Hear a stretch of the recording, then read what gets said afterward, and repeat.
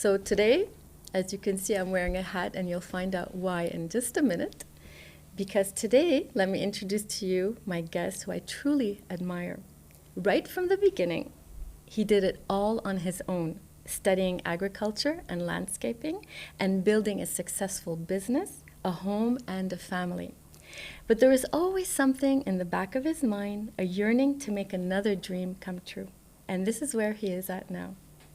An adventure to climb the 7 summits, quite an adventure, we must say. The solid values he holds in life are the backbone to fulfilling his dream. There is so much to talk about. I asked my guest if we can do it in 2 episodes. First, the physical and technical side. Second, the philosophical and the mental side, and he graciously accepted. His journey has already started, and let us get started because my guest has so much to share with us. Let's start by joining me to ask 10 groups of questions. I'm cheating a little bit today. To my extraordinary guest, Tony Aoun. Hi, Tony. Hello. How are you today? I'm good.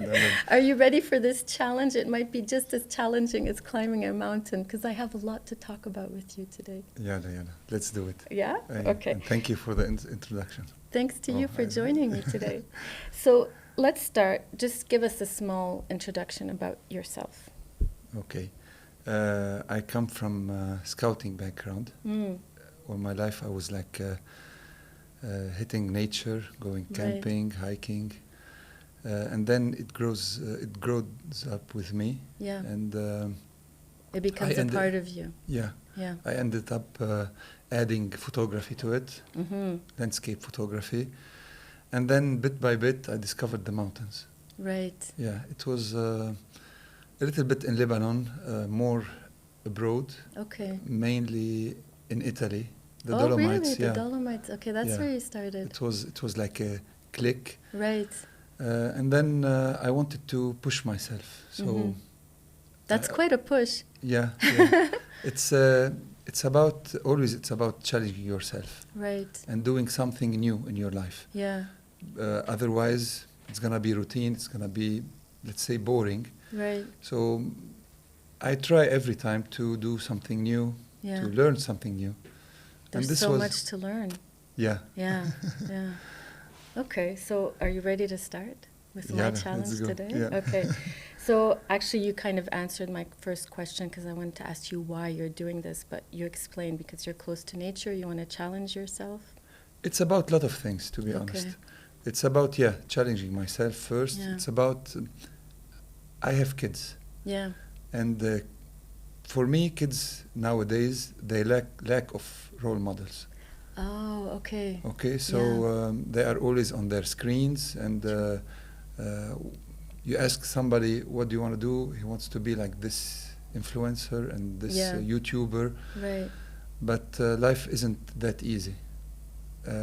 Maybe 1 per million or 1 per 1,000 succeed to do this and to earn money from social media. Yeah. But everybody else has to work hard to achieve their dreams. So work hard to party harder. Right. Yeah. So you want to lead by example. I hope so, yeah. I hope so. And at least for my kids. Yeah. I don't know. I don't want to talk a lot, but I remember they discovered something about an Anglican priest. Oh. It's written on his tomb. Okay. He said that at 20 years old, I wanted to change the world. Oh, right. At 30 years old, I saw that the world is too big, so I wanted to change my country. At 40, the country was too big. I wanted to change my city. At 50, my neighborhood. At 60, my family. At 70, it was too late to change even myself. Oh. I wish I knew back then that at 20, I changed myself. Then at 30, maybe my family would change. Right, and then reverse. my neighborhood. Right. And then my city, and then my country. Oh, that's a very lovely thought, actually. So you're applying it right now. I hope so. Yeah. Okay. So climbing the 7 summits, it's very grueling, mentally and physically.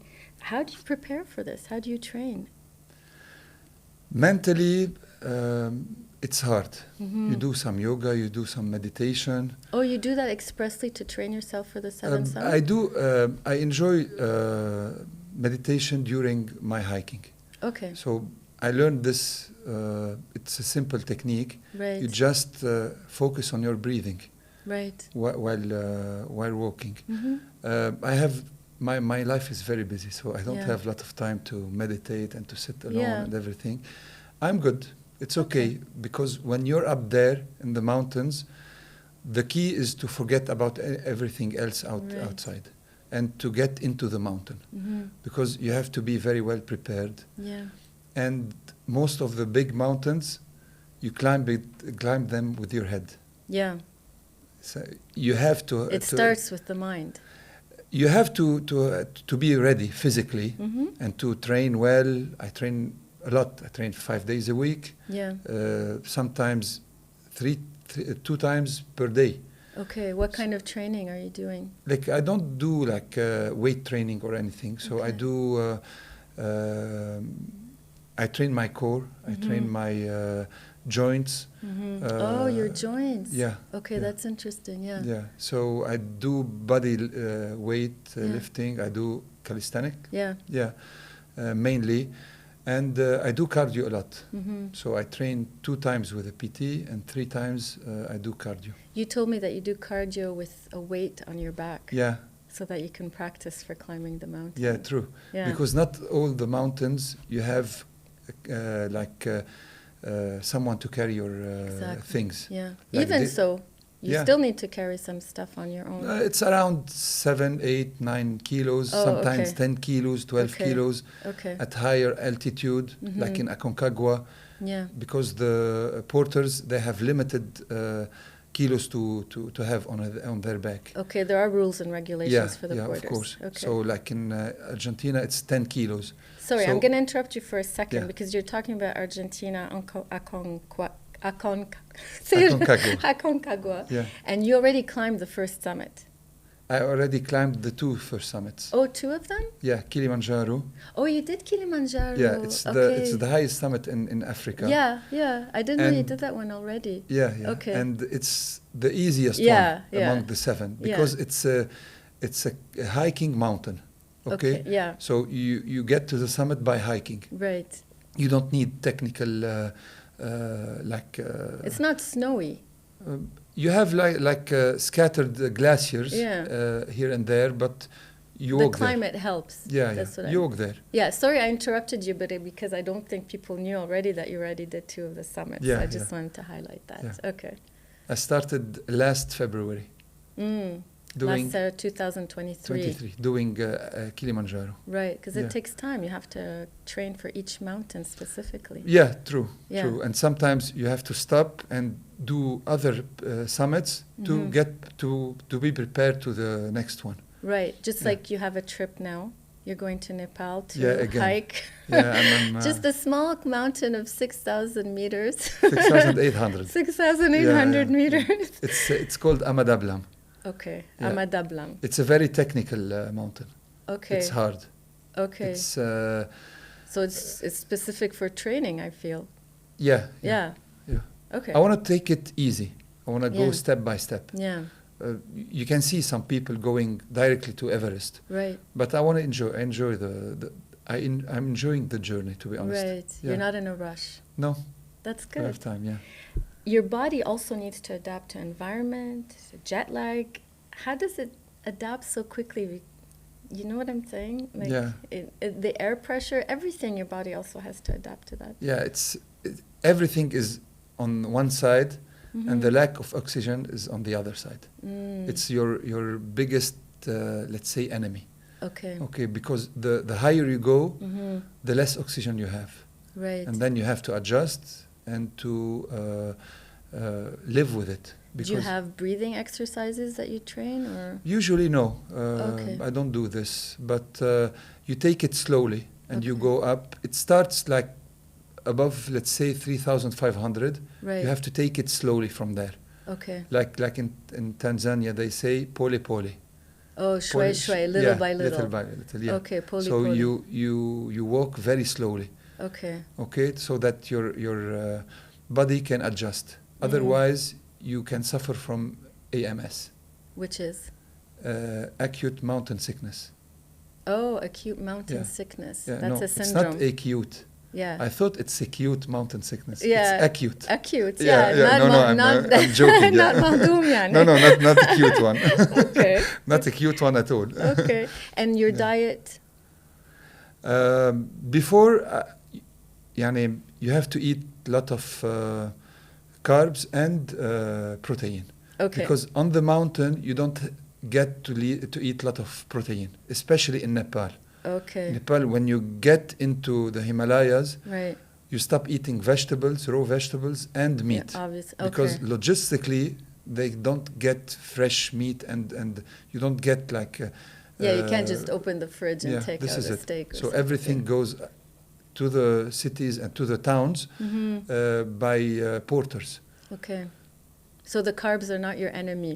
No, of course like not. it's trendy they now. give you energy. Okay. Yeah. So you mentioned it's going to take you a while. You're taking it step by step. Yeah. You're doing it the smart way. So there's a mountain for each time of the year? Yeah, of course. Okay, depending on the season, obviously. True, and you have the seasons. You have, Yeah. for example, in Nepal, you can climb during spring or fall. Oh, you can climb in fall also? Yeah, of course. Oh, of course. okay. And then in between, they have the monsoon season. They have the rain season. How is the rain season on the top of the mountain? A storm?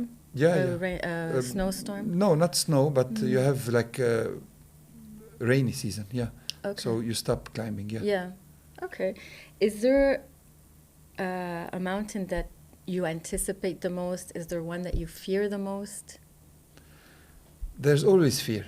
Yeah. But you have to deal with it, and you have to keep it behind you. Mm-hmm. Because when you're on the mountain, you cannot feel the fear. Okay. Okay. Otherwise, it will affect what you're doing, your decision, and everything. Mm-hmm. So you just focus on your thing, and do it the right way, slowly, and don't rush things. Because let me tell you that 70 to 80% of the accidents occur when you're going down and not when you're going up. Yeah, I read that. That's amazing. Yeah, because when you're going down, you rush yourself. Right. You want to end with it, so you're not focused 100%. Okay, maybe you're a bit ecstatic also. Yeah, you can slip, you can miss clicking on the right rope or anything, and you end up having an accident. Okay, so there's a special feeling for each mountain, I guess. Of course, for you. yeah. Okay. Yeah. What are the meals like when you're climbing?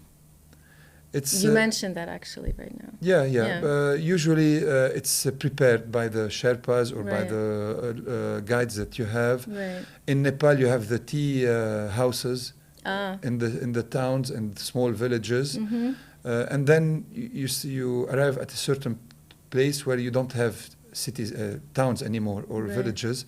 So you go into tents, and there they prepare your own meals. Okay. Yeah. This time. Last time I was suffering with the food in Nepal. Why? I didn't like it a lot, to be honest. They have a certain kind of diet for that. Yeah. Okay. So I'm taking the prepared. Really? Yeah. But bags. isn't that going to be heavier for you, or the Sherpa? It's okay. It's okay. I'm gonna handle it, but I need it. Okay. I need it for Amadablam. I need to be eating well. Yeah, it's essential. You need the right energy to be able to do that. I'll tell you something like. On summit push, you can lose easily like 7,000 calories. Wow! How many meters is it, the summit push? It depends on the summit, on the mountain. Oh, okay. You can do 1,000 meters at night, 800, 600. Sometimes 600 meters takes time like 1,000. Okay. Because it's technical, you have to go slowly, and it takes time to do it. Yeah. I was surprised when I was researching that I saw they climb during the night too. Yeah, I didn't most of the expect that. time, yeah. Why? Because you need to get back before the sun gets up and it's hot. Oh. So you start at night and you do the calculation. Like, for example, the summit push will take me 6 hours. Okay. And the sunrise is at 6. Right. So I start at 12. Like this, I'm at sunrise at the peak. Yeah.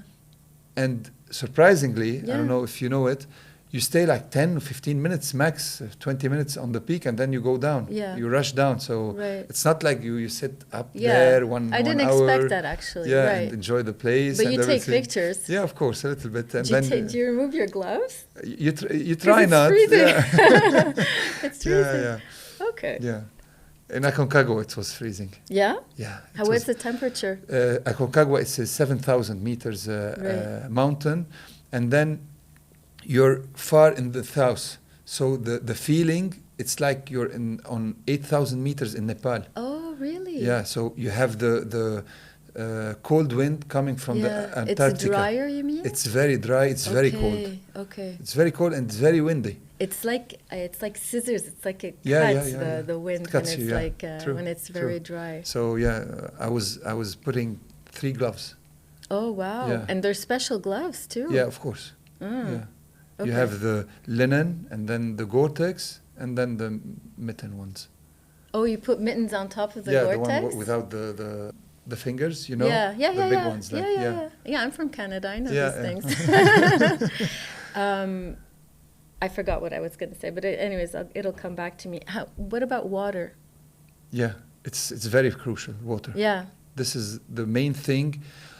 Actually, to be on the safe side, or let's say you're doing it right, you have to follow up and monitor 4 things. Mm-hmm. You have to go slowly. Yeah. You have to eat well, drink well, and rest well. Rest well, Yeah. right. So water is a main element. How much water do you take on each climb, on each part, I mean?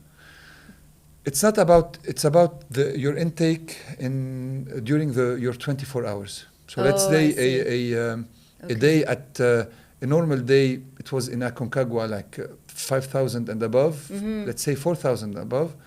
I have to take between 5 and 6 liters per day. Wow. Do you have like a straw or something when you go? Usually, before I was used to the straw, the camelback. Right. You know. Yeah. But after, because you cannot monitor how much you're drinking. Oh, I see. Okay, and second, above 5,000, it's gonna freeze. Right. So that's true. So you cannot depend on it. Mm-hmm.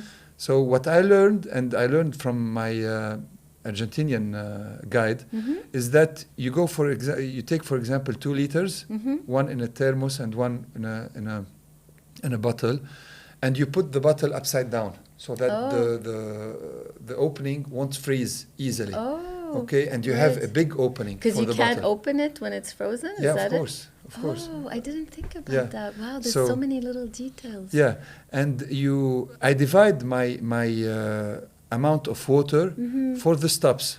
For example, the summit push was like 8 hours, so we have to stop 8 times. Yeah. Usually we stop every hour. Okay. So for 8 hours, I have to stop 8 times. So I have to take 2 cups every time I stop. Okay. And this is how we walk like between 50 minutes and 70 minutes. Right. We stop, I take off my bag, I eat a little bit like a small snack, and then drink my water and put them back in my bag and move on. How long is the stop, the break? Maximum 5 minutes. Oh, that's it? Yeah. Okay, not even because 15 minutes. you get cold and you don't want to get cold. It takes you like 10, 15 minutes again to be in form again. Right. So, yeah. Okay. Wow. Hygiene. Yeah. How do you stay clean? I mean, it's laundry. hard to stay clean. Yeah. The good thing is that you don't sweat. Okay. Because if you sweat, if you're sweating while hiking, this is a bad thing. So you have to adjust your layers in a way that when you're not moving, you're a little bit cold. And then when you move, you're okay. Oh, okay. So there's a certain balance. With me, we discovered a big cloth, like the one we use, the wet ones, the wipes. You mean? The wipes, But it's special for cleaning yourself. Okay. So you put like a glove, you put your hand in, and you wipe yourself. So that's done specifically for mountain climbers. I don't know. To be honest, I saw them for elderly people. Oh, really? Yeah. Oh, because they can't get up to the showers, right? Yeah. So I got those. Oh, okay, that's a good idea. And they are doing well. Okay. Can sweat freeze? So, I don't know. I think it can get you into troubles. Yeah, of course. Ah, okay. If you because when you're tired Yeah. and you sit and you're Yeah. sweating, Yeah. you freeze. Yeah, of course. Right. Your temperature drops a lot. Your whole face is covered, right? Because even the moisture in your nose of course. freezes and everything. You put your goggles and Right. your buff or Okay. 2 buffs sometimes. Do you have bathroom breaks? Yeah. When you go up, I mean, Yeah. you can just go. How does a girl do it? Rough. Yeah, I imagine. To be honest, we have girls among us, but let's say it's a man's world. Mm-hmm. You know, it's tough there for girls. Okay. But I've seen Yeah. tough girls there. Yeah, there's some tough and girls. you're impressed with them. Yeah, Yeah. definitely. I It's agree nice. with you on that. Yeah, Yeah. yeah. I But admire it's tougher them. for them. It's tougher Okay. for them to sleep. Even sleeping is tougher. To share tents with Yeah. other guys. Usually Yeah. they take their own tents, or they Okay. share. If they are 2, they share their tent. Mhm. To go to bathroom breaks especially when you're hiking, Yeah. you don't have like Privacy. privacy. Yeah. Because you're in an alpine or desert, nothing. Yeah. You can barely see a small rock or something. Yeah. So yeah. Yeah, there's it's not a little bit tree that hard. you can hide behind or Yeah, anything like no that. trees at all. Yeah, so you just turn your head, I guess. Okay. What happens if you're sick, if you get a cold, if you have intestinal virus? I mean, what happens when you feel you're not You go feeling down. well? You don't go up. Yeah. Okay. It's the decision. It's your guide's decision. Okay. Do you postpone it for a few days, or that's it? You have Sometimes to do it you do another time? if you have the time. Okay. For example, I was lucky in Nepal the first time I went. I went to ABC and I wanted like two days after I wanted to go to Lobuche. It's a 6,100 meters. Okay. It was right after Nepal, after Kilimanjaro. Okay. So when I was to get to EBC, Everest Base Camp, you go hiking. It's a hiking trail. Oh, EBC. Yeah. Okay. Everest Base Camp. Yeah. It's the biggest base camp in the world. Mm-hmm. So you It's go the hiking. most popular. Yeah, of course. Yeah. The second biggest is Aconcagua. Huh? Oh, really? Yeah, Aconcagua is the highest mountain in the world outside the Himalayas. Ah, I didn't realize that. Because all the high mountains Yeah. and all the mountains above 8,000 meters, Right. there are 14 Yeah. mountains, they are all in Himalayas. Ah, Yeah. okay. And Between- the first time I heard about it is from you, actually. Yeah, to be it's honest. between Tibet, Nepal, China, India, and Pakistan. Yeah, fascinating. Yeah, You yeah. don't picture like the highest mountains in Pakistan and India. Yeah. Yeah. Okay. And sleep. How is your The sleep? more you go up, the less you sleep. Mm-hmm. Yeah, and you arrive at a certain time. For example, at Aconcagua, we slept at around 6,000. It's Okay. the level of the peak of Kilimanjaro. So Oh, okay. you sleep at the peak. Okay. This is how you compare. Yeah. You know, so you barely sleep. Mm-hmm. It's agitated. You get like a little bit of hallucinations. Yeah, we were talking about this right before we started. Yeah, yeah. how there's like a bit of brain games kind of. Yeah, sort yeah, of thing. true. You don't Yeah. sleep a lot. You try to rest, Mm-hmm. and then you have the summit push. How do you get your energy if you don't get enough sleep? Or You just try to do like small movements. Mm, Anyway, you can't move like fast. right. For example, Because of the altitude, yeah, the of course, pressure, you the have to lack put of your oxygen. tent at Right. 6,000 meters. Right. It's a hustle, to be honest. Right. It's very easy. You do it like in 5 minutes at sea level. Yeah. It's gonna take you like 30 minutes at 6,000 meters. Wow. Because Yeah. of the lack of oxygen. Of course, Yeah. and you cannot breathe, and you have to stop and take Yeah. it slowly. You cannot bend, Yeah. and all this. Okay. When you go up, are you in a group? Is it just, also we discussed this a little bit before, but how do you get along with your group? What happens if there's two people that you don't get along with? Is it a cross-cultural kind of thing? I Yeah. mean, there's a little bit of everything, you know? Of course, I mean, if you're at work, there's always like this yeah, things like, it's normal. Yeah. yeah. Usually, the first time I went, it was Kilimanjaro. I Mhm. went with my friends, Oh, and okay. to be honest, I needed to be there with them. Okay, it was the first time. Yeah, it was a very big push. Oh. And being there alone or with someone you don't know, it's going to be harder. Okay. So I was lucky to have my friends there. Okay. And I'm going to talk about the peak. Right. If you're a hiker, you enjoy the place, you enjoy the views, but when you arrive at the peak, it's another thing. Yeah. So, and I was lucky to have them there with me. To share, you mean, the moment? Yeah, it was very intense. It was very emotional. Emotional, yeah. Yeah. Yeah. Wow, I can picture it. That's yeah. nice. So, how do you get along? Like you said, there are some people you get along with them more or less, but when you go, you usually you don't know with whom you are. So you meet each other, you get to know each other, right. And then on the road, you meet people more. You talk because when you walk, you talk with people. Yeah. So I talk with you like 15 minutes, and then we move on. I walk with someone else, and we get to know each other. And sometimes you're alone. Like in Amadablam now, I'll be alone with my guide. With your porter. Yeah, with a porter and a guide.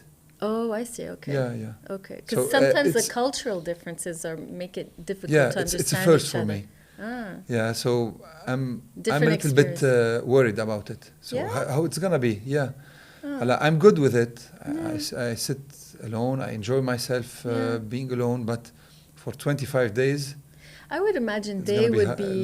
They're used to it, so they would be able to adapt to you very easily.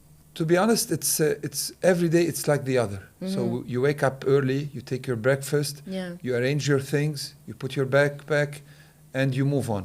Okay. Usually, you walk like 3, 4, 5, 6 hours, and you arrive maximum at in the afternoon, 3 or 4 p.m. Yeah. You settle your tent, you rest, you eat, and then at night you sleep. So this well, is you have a common goal, which makes it a lot easier to You're get focused along. on your goal. Yeah, you can. So and you have, for safety reasons, I mean, you course, have to be in sync. And maintain your energy and everything. Yeah. Okay. I don't mean to be indiscreet with this question, but how do you fund? Because it's very expensive. I'm just, just for people to understand how these things work, not to ask mainly specific question about finances, but it's not easy to I auto-finance myself. Okay. Yeah. Okay. Yeah. I tried to get 10 years, 12 years ago, I tried to get some sponsors, Right. It wasn't easy. Yeah. And I don't like the fact that I'm going to ask for something. Yeah, I understand. Yeah, this is not my kind. Yeah, you'll be at their mercy a little bit also. Yeah, so I was working hard lately. Yeah. And it was doing well. So I followed my dream. Yeah, that's great. You deserve it anyways. So we mentioned actually about the equipment and the clothing. Is there anything else that we should, I remember what I was going to say before, it's layers. Yeah. Layers keep you warm. Yeah, that's of course. It's more than just one thing, a lot of layers. Yeah, a lot of layers. Under 5 or 6 or 7 layers sometimes. Oh, really? Yeah.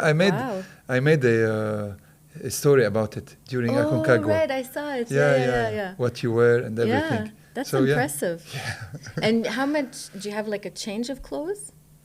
You change? Yeah. Usually during your hikes, you change between clothes. Okay. But better for your summit night, you leave especially your underwear and the clothes that are directly in contact with your body. Yeah. You leave them new. Okay. Only for your summit push. Why? It's better for the feeling, better for it's cleaner. So you feel for you. fresher. Yeah, you feel better with yourself. Oh, simply. And then usually when you're going up, you don't need to remove layers. Right. Because you're moving up during night, it's cold. Yeah. -15, -20, -25, it gets when you're going up. That's not bad. Not bad. Well, when you're going, when you're outside, at 6,000 meters of altitude. Yeah, it's the wind for me that bothers more than anything. Yeah. That's crucial. Yeah. Okay. When you arrive, for example, at the traverse in Aconcagua, you get hit by the wind. Yeah, it's horrible. Yeah. Have you ever walked in -50 degrees weather? -50, no. because I did. Ah, okay. In Canada. But that's it. The wind chill factor it Okay. makes the whole difference. Yeah, yeah. It's all about Yeah. this. For example, in Lebanon, we say like 8 or 9 degrees feel. Yeah. It feels like minus 10 in Canada. It's humid. It's true. yeah. So it's about the feel. Yeah. Okay. This is a little bit of a different question. Okay. So, what is the ecological impact of this trend in mountain climbing? Because, for example, Mount Everest has landfills now for human waste, for garbage. I mean, you kind of feel bad that... it's sad. Yeah. It's sad, Yeah. and the authorities should do something about it. I was wondering about that. Like, can they do something Of course about they that? can. In Aconcagua they did. Oh, they did? In Denali, in Alaska, they are doing it. Oh, it's very clean there. In Nepal, they didn't do it. No. Oh, No, that's this too is why you cannot drink water, Right. knowing that it should have been the cleanest water on earth. Yeah. It's coming from glaciers and Yeah, because and the everything. human waste is going in the streams. Yeah, and things. yeah, and this is why you cannot eat raw vegetables too. Okay. So yeah, I didn't know. I thought all the summits. it's sad. In Nepal, yeah. it's very sad because, to be honest, it was one of the bad places I've ever been there. That's too bad. Yeah. Oh, I see. Yeah, and they can do something about it. Right. Yeah. I guess they don't have the money. You Why have, don't they I don't do it? know. You have some personal initiatives, Yeah. people going there and collecting garbage and everything. Right. But with a couple of basic laws, Yeah. you can arrange everything. Yeah. Everything can be done if Everything. you have. There's the will. There's a way to do it. Yeah, yeah. Okay, that's good to know. How has climate And change? sorry, go ahead. yeah, and for example, in Aconcagua and Denali, you carry everything out with you. How about the human waste? Yeah. How do even you carry it? You have a special tube for that. Oh. Yeah. Okay. And then where'd you throw it? It's something people don't like to talk about it. Yeah, but we have But to. yeah. No, it's good to know because it's good to Yeah. build awareness about this. Yeah, of course. You carry it with you in a special tube, Really? in bags. And you put them in a So in it a makes tube. your climb even heavier. No. Okay. So how has climate change affected the mountains? Do you a lot. see? Yeah? The glaciers, yeah, you can hear the guides telling you that Yeah. the glacier was at this level, and now you can see it barely at the top. For example, in Kilimanjaro, Yeah. it's the last glacier in Africa. Yeah. It will be gone, I think, in 2040 or 2050. Really? So soon? Yeah, Wow. yeah. It's changing a lot. Quickly too. Yeah. For example, I was in a couple of months ago, like in October, I think. I went to Iceland. Mm-hmm. They tell you that the snow every winter you have 15 meters of snow. Yeah. Sorry, 9 meters of snow. Right. But the melting is 15 meters. So you're losing 6 meters every year. Wow. So Did Everest decrease in height, for example? I don't know, because Everest is increasing in height. Oh. The plates are keep moving, huh? Okay. Because because of the Aconcagua pla- is increasing in height. Oh, because that's at the because top, of the tectonic yeah, plates, you because mean? at the top you don't have glaciers anymore. It's around the mountain. Okay, but Oh, at I the top see. you don't have glaciers, and Okay. it's moving up very slowly. Yeah. But yeah, it's moving. Oh, in the opposite direction. Yeah, But climate change is affecting the mountains. of course, you can see it. You can compare from a couple of years ago. Wow. Yeah. I guess you'll be seeing it in the next couple of years since your path is. Yeah, I think so. I'm I went the first time last year to Nepal, Yeah. and then this year I don't know if next year we'll go, but I'll be going back in 2026 to do Everest. Right. So maybe if you compare pictures, you can see the difference. I don't know. We'll I see. guess you'll be seeing that. Yeah. You'll tell us later. Do you think mountain climbing has become commercial? Yeah, of course. Yeah. A lot, Mm. especially Everest. Yeah. Purely, and you can see. It's a cliche mountain to Yeah, climb. yeah, yeah. And everyone now who wants to do something or achieve something, and they can pay the amount, Yeah. they do Everest. And this is why you have those bottlenecks up there. Right. Because you have people, they never did crampons, they never did climbed a ladder, they never clipped on a rope. So they don't know how to change from one rope to another. And it takes them 15 minutes or 30 minutes to climb a ladder of 3 meters. So there's even traffic jams on Mount Yeah, Everest. of course. That's you can see pictures, huh? It's crazy. Yeah, we've seen the pictures. Yeah. It's kind of, I don't know. It's nice to be have it accessible, but it's kind of sad when it becomes. Yeah, for example, it's nice when you see, and you can always do something about it. For example, when I went to New Zealand, I wanted to do a training for ice climbing and last month. Yeah. So you have the Mount Cook there. Mount Cook is not that high; it's 4,000 meters. Okay. But you have to bring your CV so they can see which mountains you climbed. Oh. So they can give you the permit to go there. To make sure that you're capable. And this is what they need to do in Everest or in higher mountains. Yeah, they can. Not everyone can climb. Yeah. You have to. In Amadablam, for example. Right. If I have done only Kilimanjaro and Aconcagua, they wouldn't let me go. You have to go and do some technical climbing too. Oh, I didn't know that. And peaks, yeah. It's more dangerous also for people when. Of course, and you have to be. It's very demanding. Right. So it's not about the money. Everyone can take you. Right. But is it safe? Yeah, you're putting other people in danger. Of course. I didn't think about it. You're clipped with your guide. You're clipped with another climber. Right. And then the guide has to declip to go fix maybe and stuff like that, right? Yeah. If there's a bottleneck, like you're saying. Okay, so we talk about this, and this is all nice, and you're giving us all these details. But once you go and you face the mountain, does it feel a lot different? And especially the first time. You know, like you trained, and then you're there, you're facing the mountain. Yeah.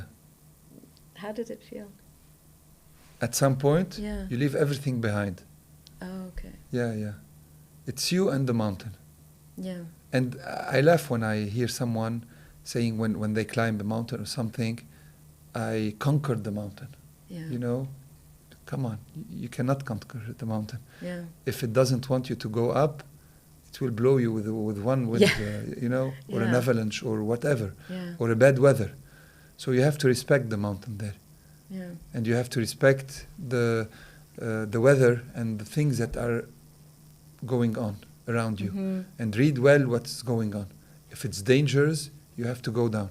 I was telling you, when I went to EBC, I had the fever, 39 degrees.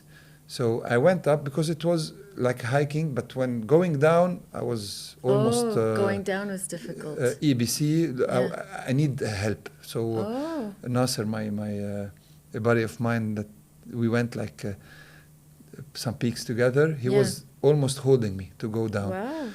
We were lucky because you asked me if they wait for you or something if you are sick. We were lucky because when we wanted to go to Lobuche, it was we had a storm. So instead of is where? Is a peak in Nepal. Okay. So we had to wait like for a couple of days. During those couple of days, we didn't wait at high altitude because I was sick. We went down a couple of villages. Like this, I recover faster. Okay. And then the weather was good. We went back up together. So you continued. Yeah. If it wasn't stormy, I would have returned alone, and they would have summited without me. Oh, I see. It would have كنت راحت عليك, as they say in Arabic. Yeah. Okay. So this is it. Yeah. I just want to mention, because a lot of people don't know that there's a zone they call the death zone. The death zone, yeah. Right above 8,000 meters. It's starting 7,500. Oh, okay. Yeah, you have to have extra oxygen tanks. When do you start the oxygen, or you do it all the way up? All the way up. Yeah. Oh, you use it all the way up. Yeah. Okay. This is why you have limited tank, like amount of oxygen. Right. Okay. Yeah. And sometimes they have to wait because the weather is not good, and you are limited with oxygen. Yeah. So yeah. Do you have to learn survival skills? Of course. Yeah, they teach you that before. Yeah. Because just in case, God forbid something happens, I mean. Yeah, like mountaineering is like diving. You never dive alone. Okay. Okay? Yeah. And you have to trust your guide. Right. And if your guide says this is not safe, you have to go back. Yeah. Or you're not fit, you have to go back. Right. Sometimes he doesn't feel good. You have to go back with him. Okay. Okay? Yeah.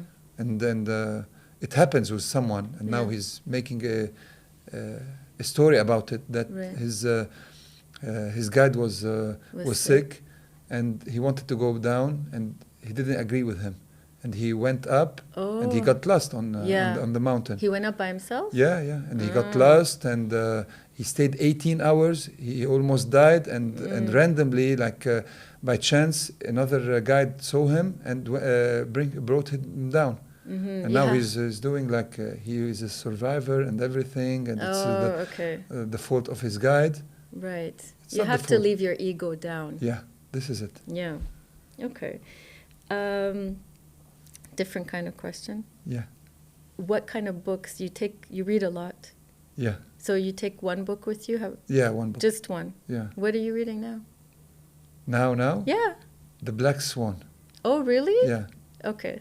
That's a little bit technical also. it's about you know the theory of the black swan. Yeah. I read the book. Ah, okay. But Yeah. in the end, I kind of read it diagonally because it was all graphs and everything. Ah, okay. I'm not into that very I'm much. at the beginning, Okay. so I started it because I wanted to go. So you're going to take it with you. Yeah. That's heavy reading. Really? Yeah. Ah, okay. I'm alone. Yeah, I guess I'll be so. alone. Yeah. Okay. So for this first part, because I always ask what makes the ordinary extraordinary. So we'll keep it to the physical if you can. Okay. So what makes the ordinary extraordinary? For the physical, Yeah. it's how much you push yourself. Okay. And I like to know where is my limit. So That's I'm pushing very smart. Yeah. To know your limit. Yeah. Yeah. The smart thing is where to stop, because at a certain level, Right. it becomes dangerous. Right. You know, when you push yourself more. Yeah. To be honest, till now I'm good. Yeah. Yeah. Well, so, it seems like you're going at a steady pace. Yeah. You're doing Because when I went to Kilimanjaro, Yeah. I said it was the hardest thing I've ever done. Oh, really? Now when I look back to Kili, Yeah. it was the easiest one. Because they say Kilimanjaro is doable. Yeah, if Like you are a hiker, a good hiker, Yeah, but it's it's doable. tough. Ah, Look, okay. the day hiking, it's very easy, to be honest. Right. If you deal well with your acclimatization, Yeah. it's very good. You You hike for enjoy it. 3-4 hours, 5 Yeah. hours slowly. Yeah. It's very easy. Did you have This- oxygen tanks in No, Kilimanjaro? no. No, you don't need that. No, there. Okay. Kili is less than 6,000. Right. Okay. So yeah, and till now I'm not suffering from AMS. So Okay. I'm doing well with the Yeah. lack of oxygen. So the hardest thing is the summit push in Kili. Right. Other than that, it's very pleasant, and you enjoy Okay. the hikes. So it's a nice way to start mountain climbing. Yeah, but And push yourself there. Of course, but the fall that people do, and if you read about the 7 summits, they tell you that after Kili you do Aconcagua, because Okay. people say it's a trekking mountain too. You have like a small part of technical. You put your crampons on. Right. You don't need the next. It's not very steep. No, you don't need even a. No, it's steep. Aconcagua. But you go hiking on it. Okay. And this is very false. Okay. Because between Kili and Aconcagua, it's a big difference. So you have to do mountains in between. Did you do Okay? that? Yeah, a lot. Oh, I you went did? I went to Lobuche. I did 6,100. I went to Ecuador, and Ecuador helped me a lot.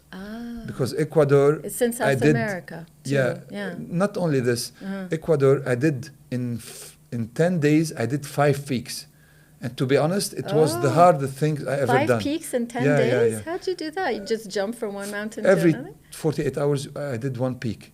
Oh. It's if you take the whole trip, Yeah. it was the hardest thing I ever done. Wow, that's Yeah, amazing. and this is how I wanted to push myself, because when I want to go to Everest, Yeah. and since you are there, there's a mount, the peak Lhotse, it's called.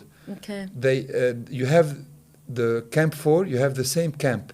Okay. So if you go to Everest, Oh, I see. you can go down, rest for 24 hours, and go to Lhotse again. So you do 2 in 1. And this is what I want to do. When you go to Everest? Yeah. Okay. Because I don't want to do the whole thing again. Right. You see, so I wanted to see how much I can push myself.